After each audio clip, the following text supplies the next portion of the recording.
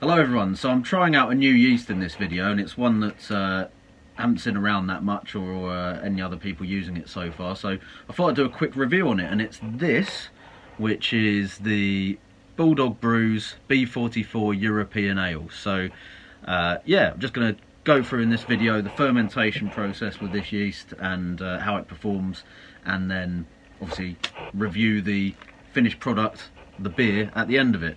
Going to be making a Kolsch.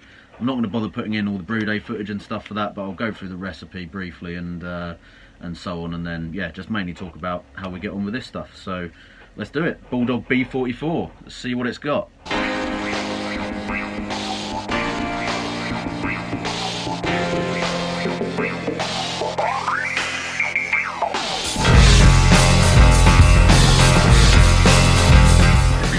Okay, so yeah, these yeasts from Bulldog Brews, haven't seen that much about them yet. I actually acquired this one for free from David Charles Milne a while back, so thank you very much for that again, David. They have a few different yeasts out, but they're not that widely available at the moment, although they do seem to be selling them in 10 gram and 500 gram packs, so maybe they're also targeting kind of commercial brewers as well for this. But there's quite a range of them available, so just looking at the website, they've got a kind of universal yeast, English ale, American West Coast, a Saison, Belgian Trappist, steam lager, German lager, an amber lager yeast, European ale, this one, and a Bavarian wheat. So a fairly good range there. Some of you are probably familiar with the Bulldog brand from the beer and cider kits that they make.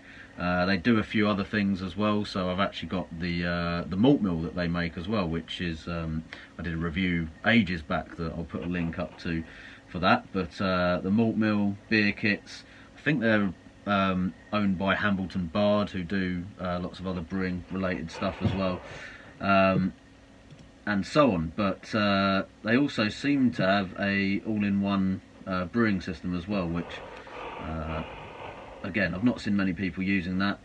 They package hops and sell those too, so yeah, they're obviously trying to branch out a little bit into different products and stuff, and this is one of them. So the first of their yeast that I'm trying out, it is European ale, so they say that it's a top fermenting all around yeast covering a wide range of beer styles, good balance of malt and hop flavours, perfect for Kolsch and alt beer, but also Scottish ales. It is ideal for beers with high alcohol content such as barley wine and imperial stout, so fairly good all-rounder really from that kind of description.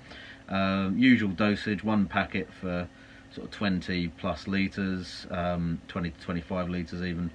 Fermenting temperature 15 to 21 degrees, ideally 18 degrees. They don't ask you to rehydrate, so just sprinkle straight on top. Attenuation 70 to 75%, high flocculation. That's it. So sounds good so far. I'm going to use this in a Kolsch, and the main thing there that appeals to me in terms of using it for a Kolsch is the high flocculation, because the dried Kolsch yeast that I've used before, this one have tended to take a little while to flocculate out, and obviously need a little bit more time to lager and condition because of that. So if that can do that and still taste good, that will be good for me. Let's have a quick look at the recipe. Fairly straightforward Kolsch recipe, but reasonably well hopped, so probably a little bit more hopping than you would see in some Kolsch recipes. 3.2 kilos of Pilsen malt, this is for 19 litres, 200 grams of Munich and 200 grams of wheat, and 100 grams of Cara Munich 2, just to give it a little bit of colour more than anything else, so that's only about 2.7% of the grain bill. Shouldn't make add too much in the way of kind of sweetness or caramel flavour, but Cara Munich tends to be a little bit more bready, flavoured, you know, kind of rich malt taste as opposed to this kind of sweet caramel I find anyway, but at that kind of rate it shouldn't have too much of an impact on the flavour, probably a bit more colour wise.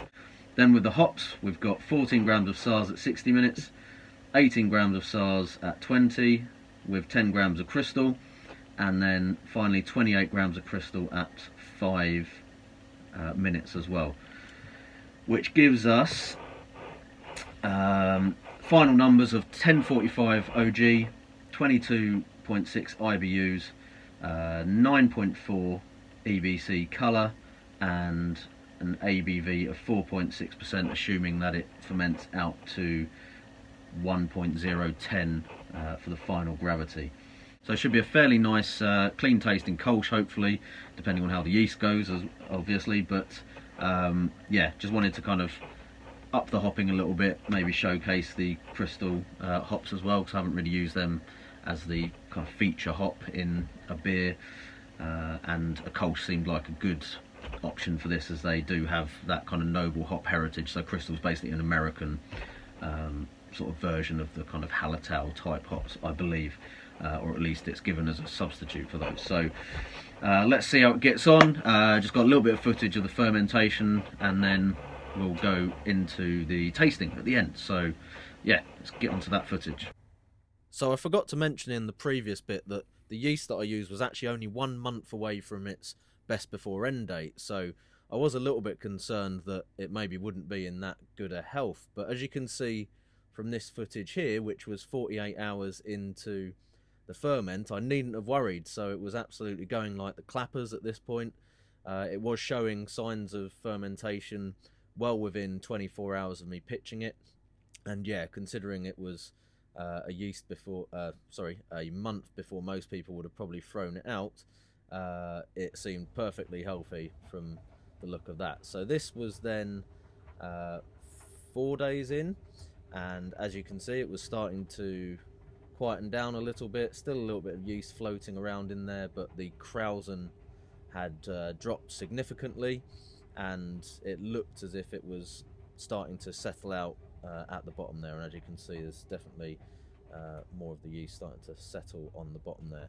This was then 6 days in, and from all appearances there, it looked pretty much like it was fermented out to me. So most of the krausen was dropped, just a little bit of yeast floaters on the top, and the beer starting to clear out. So I decided to take a gravity reading at this point, and yeah, as I suspected, it looked like it was finished out. So 1009 was what I got, and as you can see from the picture there, it was also looking pretty damn clear already.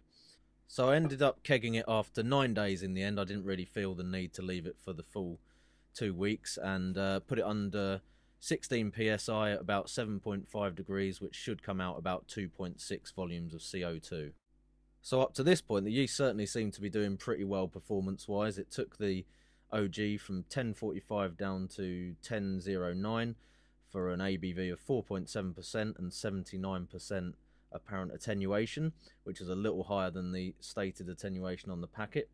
As you saw, fermentation was pretty much done within 6 days, and it was also flocculating out really quickly, and yeah, dropping pretty bright again pretty much within a week. So once I was kegging it, it was already pretty clear, and yeah, looking really bright in the samples as well. Obviously had to have a little taster of a few of those samples that I was taking for gravity readings, and none of those had any you know, apparent off flavors or you know, problems with them. Tasted pretty clean. So fingers crossed, once it's carved up and had a little bit of conditioning, we should be looking at a good beer.